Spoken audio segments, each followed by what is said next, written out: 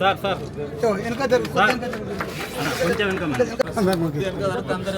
మీరు వెనకకు జరుగురు అన్న ప్లస్ వాళ్ళు వెనక మీరు వెనకకుంటారు వెనక పోయి తీసుకోరు కదా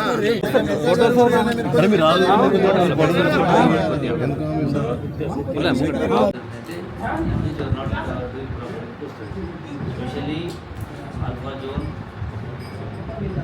డ్రగ్స్ గంజాయి లాస్ట్ ఇయర్లో టీచర్స్ వైజాగ్ నుంచి కూడా రాగానే పోలీసు వాళ్ళు అనుకుని 6 months కస్టడీ మెజర్ చేయాలి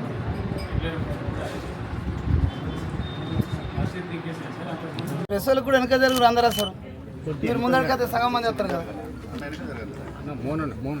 ఓకే సార్.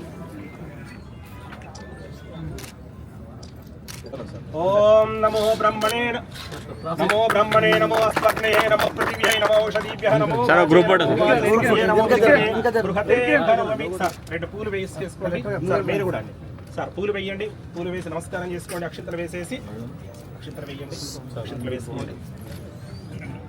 అయిపోయింది అక్కడ కథలు ఒక్కటి చాలు. వీరం మహావిష్ణుం జ్వలంతం సర్వతోముఖం సింహం భీషణం భద్రం మృత్యోర్మహాభ్యహం త్రయంబకం యజామహే సుగంధిం ఇప్పుడు సార్ మెల్లిగా కింద వదిలేయండి. ఇప్పుడు కింద వదిలేసి మెల్లిగా గుమ్మడికాయలు కొట్టేసేయండి.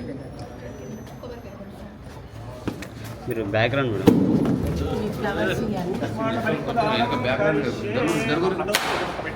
కొట్టేసేయండి.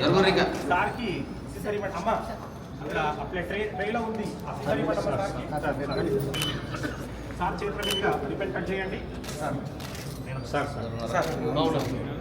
ఓం కణో దేవి సరస్వతి వాజే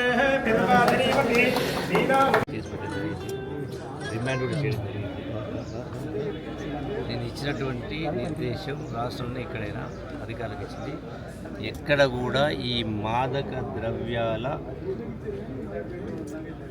అడ్రస్ అనేది కనపడదు కదా. దీని దరిదాపులో కూడా ఇవి ఇటువంటి గ్రామాలకు దరిచేరినవి. రెండవది కళ్ళుల్లో కలిపేటువంటి ఆల్ఫా జోన్ కూడా అది కూడా హానికరమే.